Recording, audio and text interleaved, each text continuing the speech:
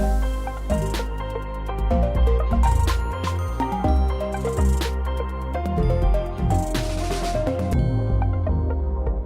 everyone, and welcome to a special edition episode of the PropCast. I am Sanna Walfridsson, your host of today's episode and regional manager for the Nordics here at LMRE, the global PropTech recruitment and search consultancy. In collaboration with our community partners, PropTech Denmark, we are hosting a special episode of the PropCast live from Copenhagen to warm up to an exciting day at the PropTech Symposium Real Impact.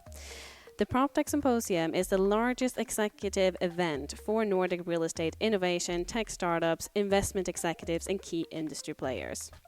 Hosted by PropTech Denmark, some of the biggest thought leaders and industry first movers will dig into how new disruptive technologies, innovative business models, and a rapidly growing ESG agenda are impacting real estate right now. On our podcast today, we have therefore invited Rikke Lykke, Group CEO at DS Group, Rasmus Nyholm, founder of both Cobblestone and Home Earth, and last but not least, Filippa Dracke von Uller, Head of Digital Service Development at Newsec and partner at Stronghold Invest. And to kick this whole thing off, Rikke, Rasmus and Filippa will be talking us through their journey towards the built environment and innovation space, what can be done to bridge the gap between technologists and the real estate world.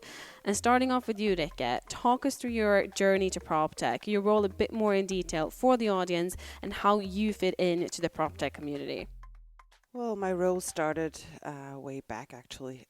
I've been working with real estate for almost 20 years now. And during the past 10 years, I've been working on a European scene with real estate, mostly with asset and investment management transactions, fund management. And through my work, I've been working with property managers across Europe, a very high number of property managers. And because I come from the investment side of things. And the evolution in real estate that we've seen over the past, I would say 10 years, has gone more and more, as we all know, towards the digital world, data-driven decision-making and so forth. And about a year ago, I was contemplating the future.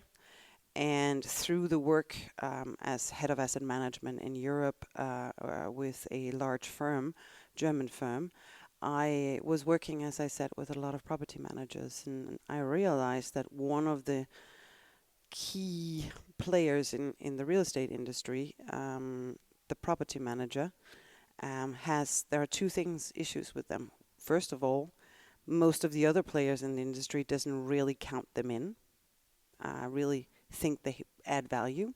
And second of all, I thought that was a bit short term, with a bit sort of nearsighted view, or what you want to say, because if we want to go digital, we want to go data-driven decisions, guess who has the data?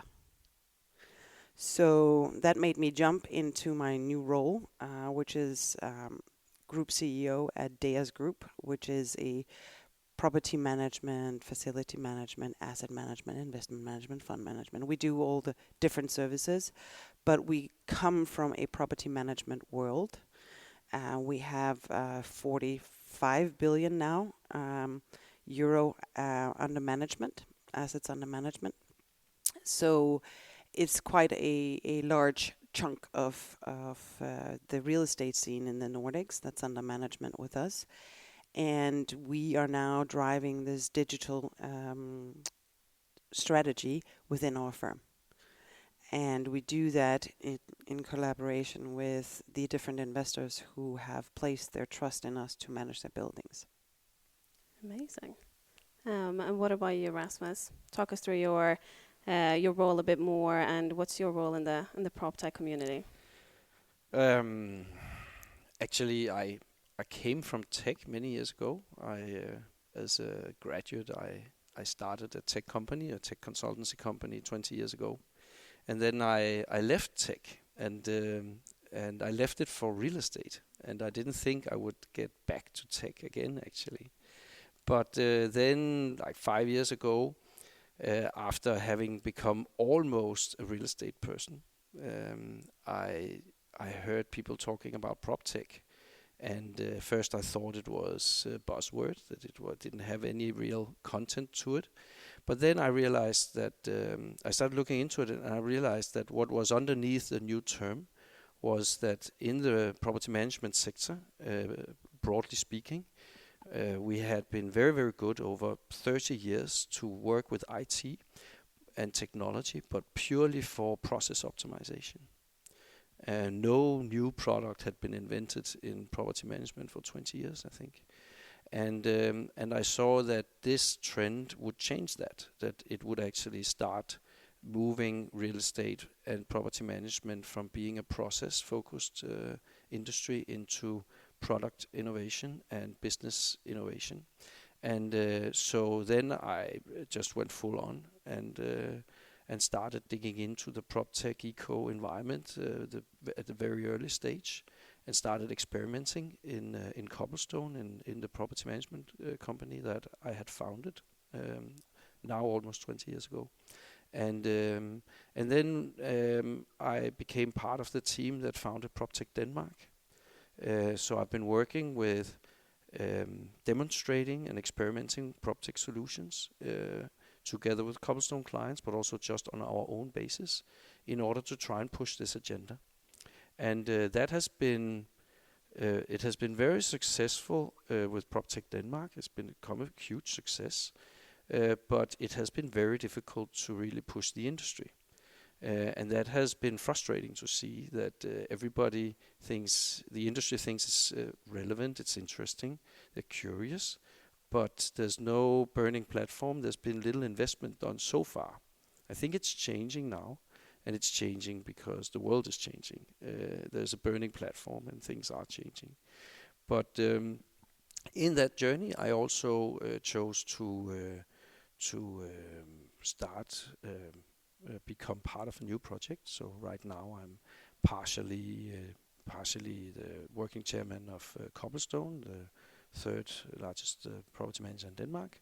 And then I'm a co-founder of Home.Earth, which is a new fully integrated evergreen real estate company working with a triple bottom line agenda: people, planet, profit.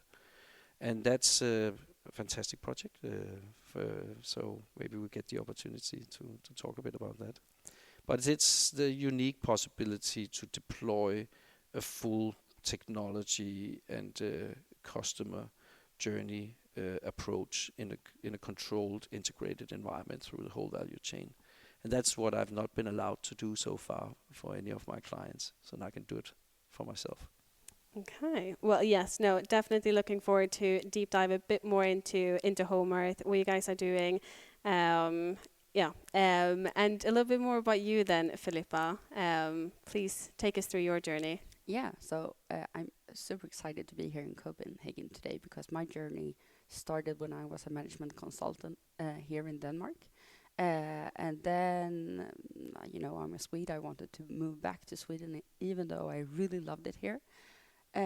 Stronghold found me, and in the start of our conversations, they said, many people move into real estate because, it's a fancy industry, but actually it's maybe not, because there are so much work that needs to be done. And at Stronghold, we always said that the real estate or PropTech are 10 years behind banks and the financial industry. So we have a lot to do. And in one of my first assignments from Stronghold, we went out to a company and they actually used carbon paper. This is 6 years ago. And they used carbon paper for every handling of lease agreements. And they did approximately 10,000 lease agreements every year. And that really got me going. I was like, wow, okay, we have so much work to do here. And just, from a digital perspective, from operations, how you can make them smarter, more safe, more efficient. And that really got me super excited to work at Stronghold. And then after a few years at Stronghold, we've done and especially the PropTech team with the Daniel Kraft and Magnus Svantegård, they have done great things for us. But I decided that I wanted to move with closer to the operations and closer to the clients, with trying to impact how we can change the operation and make them more digital. So that's why I moved on to Newsec.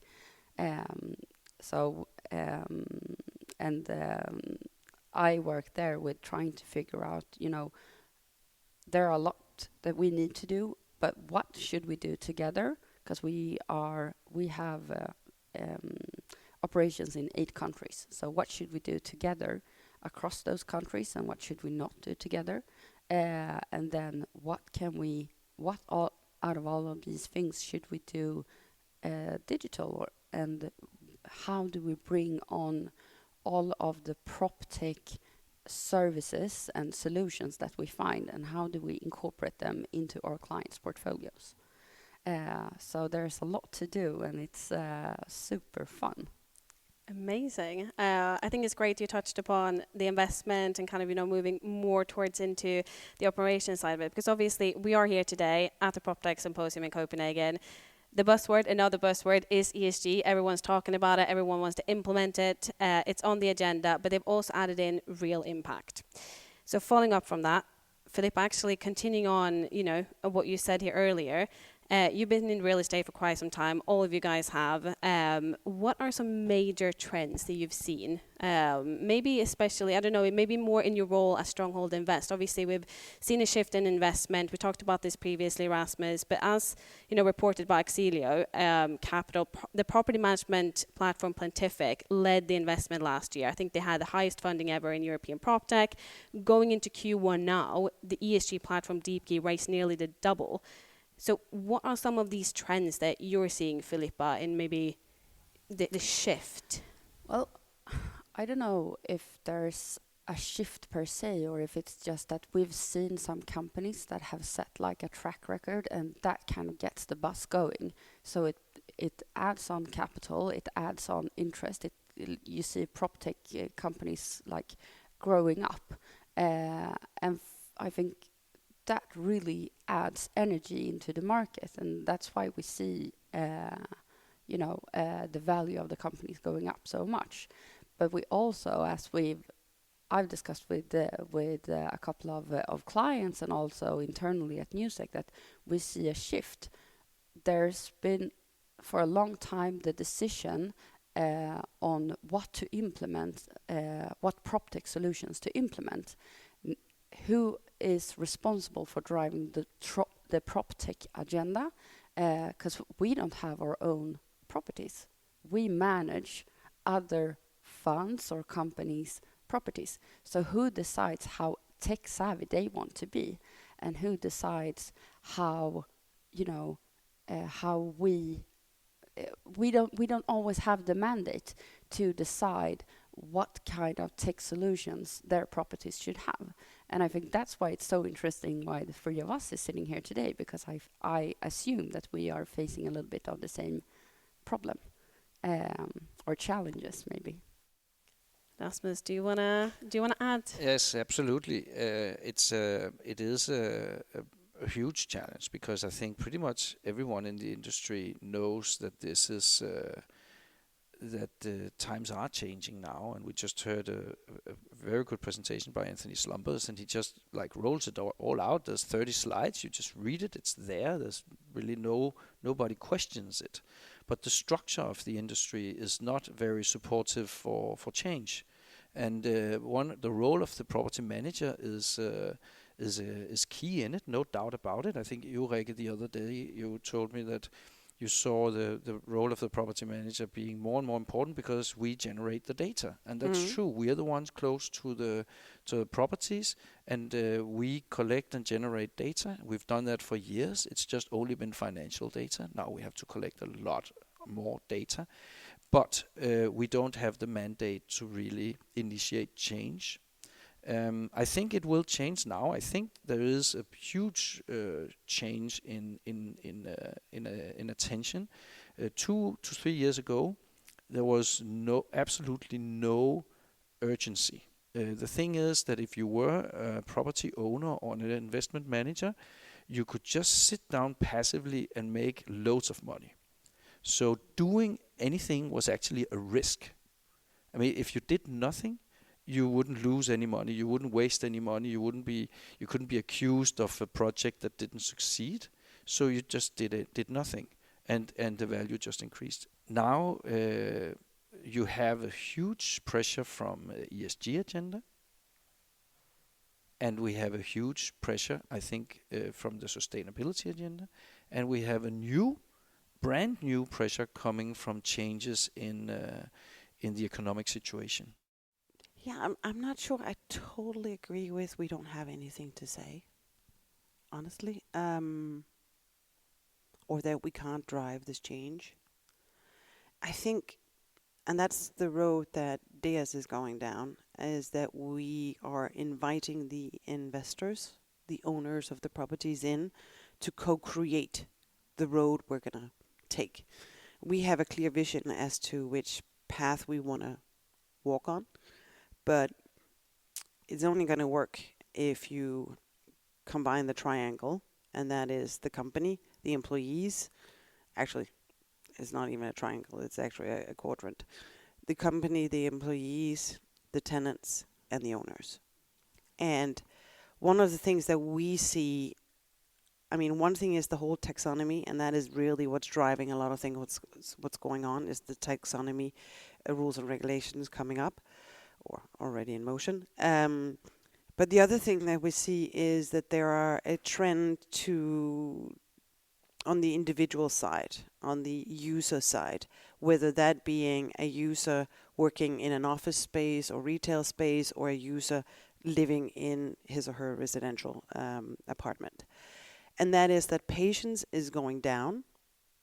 Quality time, the wish for quality time is going up, meaning we don't want to spend all our time doing things that we don't think are really necessary to do, that other people can do for us.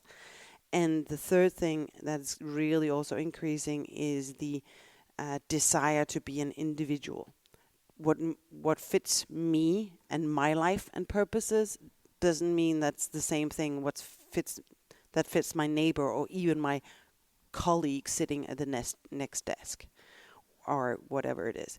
So these things are driving also, because how do we, and as Anthony Slumbers just said, how do we ensure that it's the building that we manage that are the attractive ones?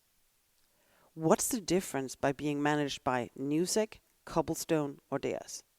Today, none. But what's the difference? Where do we set ourselves apart? Where do we have something unique to offer to the tenants? And in that case, I'm really in agreement with you, Rasmus. There, we can't just do it on our own. We have to co-create this with the owners of the properties. What's their vision for the properties? I mean, 10 years ago, to be a little bit sort of black and white, even 5 years ago, we looked at a building, 4 walls, let's put some tenants in, move on to the next one. I'm being very black and white. This has shifted now. Yeah, I'm being very black and white here. Now, it is about what experience do you have? Why do you choose this building apart from the other building next door? And then you put a big bow on it. So it's all about the things that you can put into all the customer experiences that you can put into the building with a big, nice bow on top. And then you call it whatever building. And we've seen it with WeWork and all the others, Regis and all the others coming up. But that's only on office. What's so interesting is pre the pandemic, everybody was talking about office, and we still are and everything. But where is actually the biggest office space today? It's not in the office buildings. It's at home. And we as employees, also with the latest verdict with the little Lego and the tooth thing in Sweden, for those of you who don't know, there was a man in Sweden working at home. His son had a little, were playing with Lego. He threw the Lego. The man was hit on his tooth. The tooth broke. He went to the Supreme Court in Sweden, and he actually got a verdict saying this was an employer issue. they were liable for him. We also see in Switzerland and other cases where it's coming more and more that we as employers are liable for our employees, whether they sit at home, whether they sit in a coffee shop, or whether they sit in the office. So the biggest workspace right now is not the offices. That's actually at home, in the coffee shops, and everywhere else. And we have to take this into consideration as property managers because, as Anthony said, and we've been saying, Rasmus and I here in Denmark for a while, we spend almost 90% of our time in buildings. The well-being, safety, and all of these things are important, but also how you sit and walk and stand. We don't want to go in and have to legislate to our employees, how can they work at home? Where do they need to sit? On the other hand, we are liable for if they choose to sit on the couch with with the computer on the laptop, and then they sit there and work, and then 2 years later they come and say, I have a back problem. We're liable for that. We're liable for the Lego, apparently. We're liable for all of these things, and we have to take this into consideration. So how do we help people either get the right space at home, or the employers getting the right spaces and manage it the right way? We don't know, but that is things that are going to be the challenge going forward. And ESG, of course, is a big part of that. I like the fact that what Anthony Slumber said, that ESG is the Trojan horse. That's the way that we can actually start monitoring things in the name of ESG. But I think we're going to see down the road that we're going to use it for a lot more than just air and well-being. I agree. I think the ESG has really made a shift. Huge. And all of a sudden, the investors and clients and everyone comes to us and say, we want data, we want to monitor the data, we want to, connect the buildings. Half a year ago, it was fine to read the energy reports from the past quarter's bills. That's not something that we as Newsec think is the best way to do it. But when we say, okay, we should really connect your building, we should make it smart, we should make sure that we can monitor it in real time. And they said, we're not sure about that. It's risk. How do we make a profit out of that? And now, all of a sudden, with the huge, trend of ESG and the EU taxonomy, all data is super important for the clients. But what if that wasn't, and this is a great, again, where I agree with you, Rasmus, what if this wasn't legislation? I mean, honestly, we've been talking about ESG for 10 years, and until the legislation came, we did absolutely nothing. That's actually my point, is that what is happening, things are changing now, but they're changing because of a pressure. When we started PropTech Denmark, and Nadim and I have been touring the Danish real estate sector for 2 years, talking about opportunities. All the opportunities that technology gave, the opportunities for business development, for new products, for new services, indoor climate, all that. People were happy to listen to it, but they didn't do anything. They didn't do much. It is changing now, but it's still a reaction. It's a reaction to ESG demands. It's a reaction to the taxonomy and the whole financial instrument that's being implemented. So it's still a reactionary movement, but that's good. I mean, it's a huge step in the right direction. The question is, it's a movement. It's a movement. It is, and it's happening quite fast. Exactly. So now the question is also, who will actually start the more proactive approach and working more directly on the opportunities. And I think that to do that, there's like two ways. One is that agents like us in the market, we have to develop new products for the few clients that are ready for this, and then try to do these collaborations with them. And then I think we honestly have to look a lot at the fully integrated real estate operators, concept-based branded real estate operators. We have Edge as one of the very famous, like the leading, maybe in especially in offices that are fully integrated end-to-end with technology and everything. They're the demonstrators that actually lead the way for us to also be able to promote some of our new products to the industry. I agree, but at the same time, I also think that we, as agents, as you say, we also have a responsibility to push and to try and show what else can we do with this data. Absolutely. How can we Absolutely. use it in a different way, and then illustrate to both users and the owners of the building that there's some other great things that can come from this ESG data. And I definitely agree with, as you said, a couple of years ago there were, what is a property? It's four walls and a door. Today, Anthony Slumbers is talking about, we are becoming, a building is a service. It's not just a physical property. It's something completely different. But it's a product. And here we have the responsibility, and I think also we've been given a clear mandate now to drive this change and to drive this, to push all of these services out to our clients. And some clients, they are ready. They are asking for it. And some clients, they want to see use cases and see, how is this going for our, likes in the market, and then they can move on. And I think the best way and the fastest way to do it is, of course, if you can do it as a joint cooperation.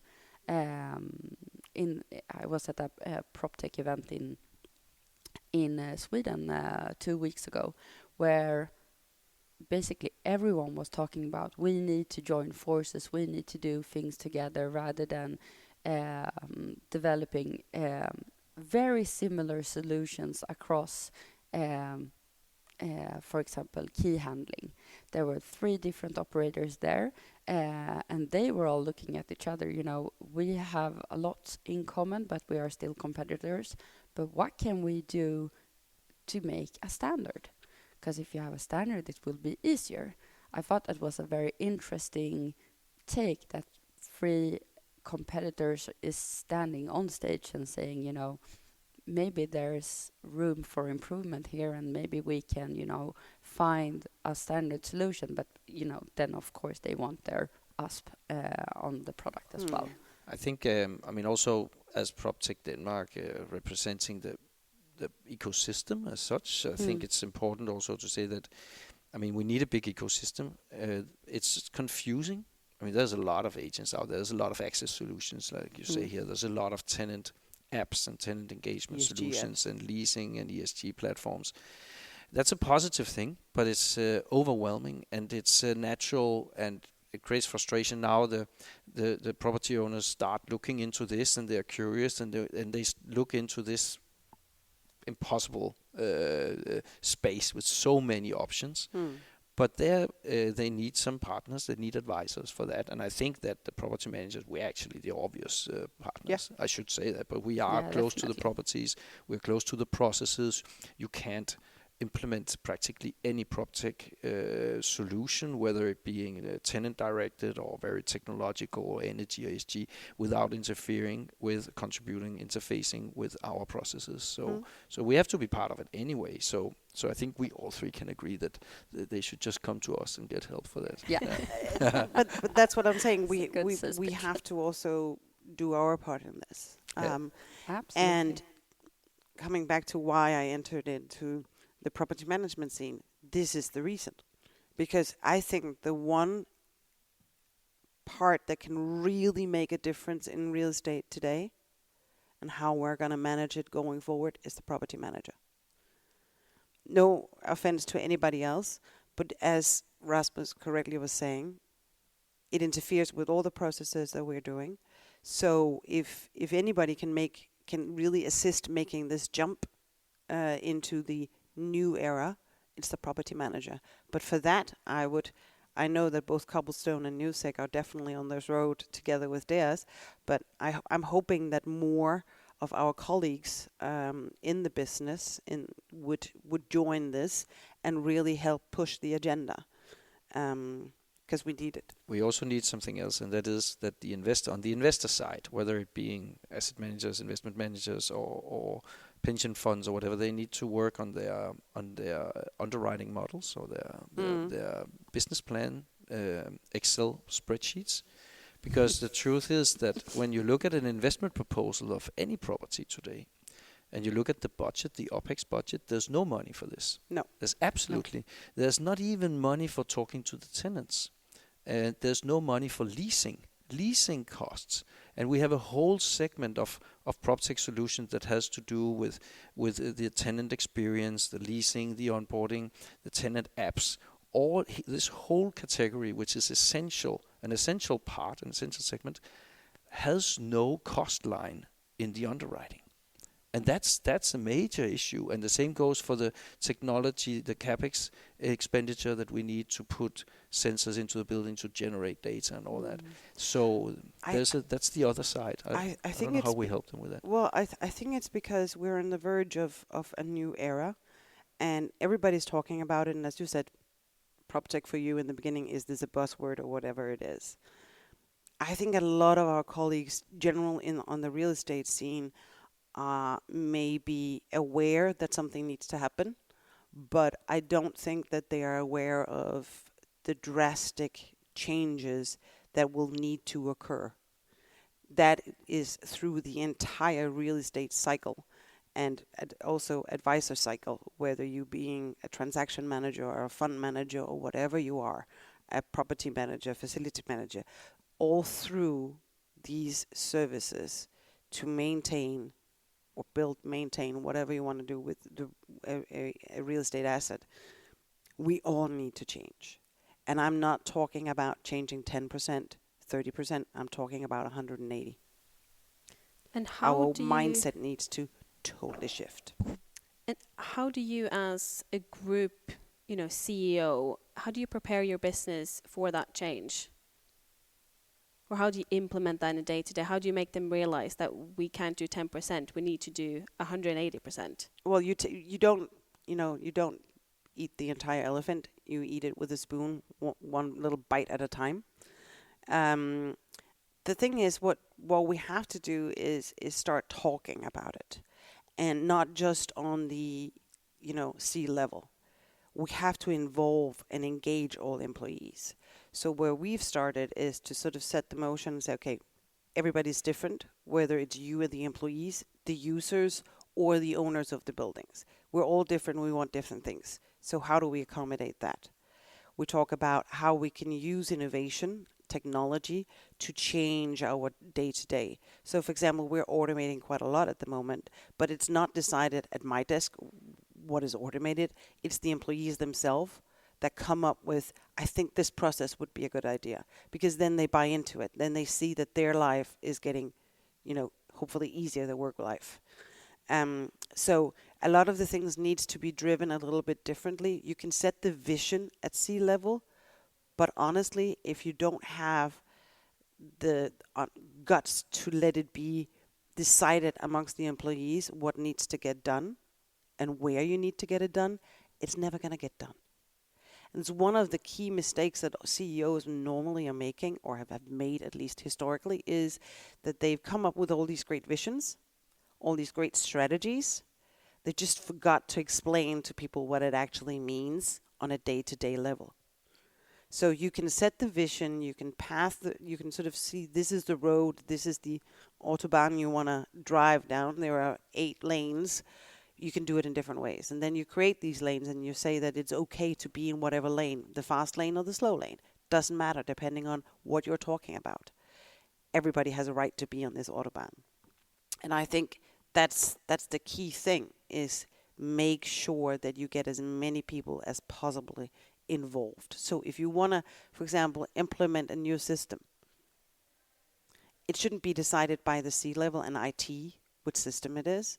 It needs to be decided by the people who are actually working with the system. If they don't approve the system, discard it. It's never going to work. So you can come up with 5 systems, but they need to choose what system it is. Yeah. And now we're talking about having, obviously, the right employees and making the right hires. And it's just Anthony said earlier today, talent will win. How do you ensure you get that right talent, Rasmus? I think that's a very big topic, and goes much beyond it's a whole podcast, technology and so on. But I think that the main thing is to lift the industry. It's our task as as managers, as leaders in the industry, to lift the property management and real estate industry to a place which is respected, and where we provide high quality, good services that people are proud of. That's a battle that we have to take in the whole. I mean, I think that the property managers have to take in the real estate industry, and we have to lead that with new products. We have to show our customers that we can provide new things to them that can help them achieve some of the things that are spoken about here today. Because we cannot do it in the old context. We have to move every client little by little through a product journey, which goes beyond the current standard property management services. So you can add on things. How each company does that is going to be different, and that's good. But I think it goes that way, and that's also how we both get new talent to the industry and keep the talent that we have. It's good jobs. People stay where there's good jobs and a good office and all those things. But people in our industry are very motivated by the intellectual part of their job, and they want a good job that is respected. I would like to add that, we're talking about a digital transformation, transforming an entire industry. I think that we need some new talents. We need a new knowledge base to add this industry. And I mean, looking in at the entire PropTech scene, I think we as property managers, we need to tap into that resource base and all the knowledge that are within that to join our companies and help us drive that, looking at internal operations and systems and so on, and really get that buzz and energy going. Because if we are transforming, or when we are transforming this industry, we need everyone to have this on top of their agenda. And in Sweden, at least, when we are talking about talent within real estate, we are looking at a fairly small group of people, unfortunately. So here we really need to look wider, and maybe real estate is not, it's not the most vital part on your CV. Maybe it's, that you've been part of a tech company, to come in and give alternatives perspective of how we are working. Of course, we need to have, at least at Newsec, and I know it's the same in your companies as well. We have a great group of people who know everything about how to manage a real estate and a portfolio and a fund and all those things. But we need to add the tech savviness in order to get it, really going. I think that's very interesting, and to sell the mission about, changing an entire industry and creating impact, because I think that when we are on this journey, we really have the possibility to affect the world, and we also have the effect to change, how we are working and change that industry. I think that will attract a lot of great talent. Lykke, do you have anything you want to add there? Yeah, I put my hand up just before you went into we have to change the world and have to explain that, because that's one thing that I'm kind of focused on, is to be creative. Because I think we have to be creative. Let's just be honest, we've not sold the property management industry really well the last 10, 20 years. It is probably deemed the most boring thing to do. Let's just call a spade for a spade. It's the most boring thing to do in the real estate scene. That is at least how most people are looking at it. But if you then are in the property management scene, you'll see there is a multitude of colors, of all kinds of talent and everything. And I think we have been let's put it another way. We can really get a lot better at actually explaining what it is we do already today. Because there is nobody affecting people's lives more than the property managers. We've not sold that in any way, shape or form. none of the people that are looking to say, okay, I want to work with real estate. Where do I want to do that? Most of them are not saying. I mean, if you're lucky, 1 out of 10 is saying property management, but most of them are not. Why? Because we're not good enough at explaining what we do. To that comes then the vision of what can we do. But I think we need to be honest and say we've probably not sold our value and what we do the best way in historically. Yeah, I totally agree. I also think we have another thing to communicate, and it is that we have to explain, especially both the coming generations, but also the staff that we have now, that when we deploy more technology in our industry, it's not to automate the industry and get rid of staff.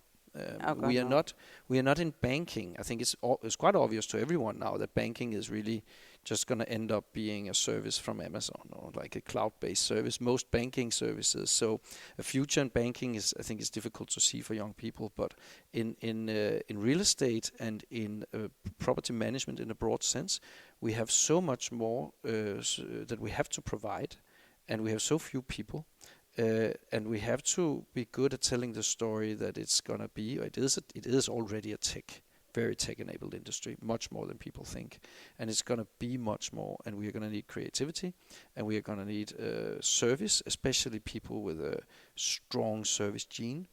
But that to support what we or to deliver the products that we are gonna create in the future. So that's also an important story. I totally agree. Yeah. And I mean, I can sit here and talk to all three of you all day, but I know that we have a very important event to get back to, and I really want to end this on a high. I know the sun is shining here in Copenhagen, so I would love to hear a little bit about what you guys are looking forward to today. You know, what is the most exciting about today? Who do you want to meet? What do you want to talk about? Filippa, let's start with you. Well, I know in a couple of, I think, minutes, there's data data as a driver of sustainability.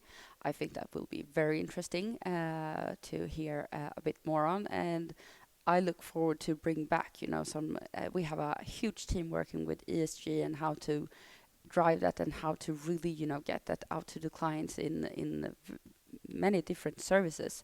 So I really want to bring back, some tools and some quotes that I know will energize their day. Great. Rasmus? As very specific things, I'm looking forward to see Rasmus Nørgaard's presentation of Home.Earth, because I haven't really, I haven't had the opportunity to present it for a lot of the people here, and he will do that. That I'm looking forward to. But I think what's the most important for me with this event is that last year we really achieved setting the tune for the year, and at this event, I think it shaped the view that many people had of the industry, and I hope that we're doing the same today. That people go away from this event with a sense of direction, a stronger sense of direction and dedication. So I'm actually looking mostly forward to the feedback sheets, the evaluation. I'm going to look forward to us discussing that on the board. Exactly, yes. How it went. Rikke, bring us home. Honestly, for me, there's some great panels, some great speakers. But can I just be honest and say what I really look forward to is the coffee breaks, where you get to chat to people and hear their insights as to what they've been thinking about what's going on, both on stage but also in real life, so to say. I think to gather so many people that has an interest in PropTech is unique, and just mingling, chatting, getting inspired by other people's insights is probably the one thing that, I'm looking forward to the most, other than the feedback in the board when we get that. Absolutely amazing. It has been so great having all three of you here today. So to our audience, our lovely guests, massive thank you. And obviously to PropTech Denmark, who's made this day even possible. So yeah, thank you. Thank you Thank so you much. for Thank having you. us. Thank you.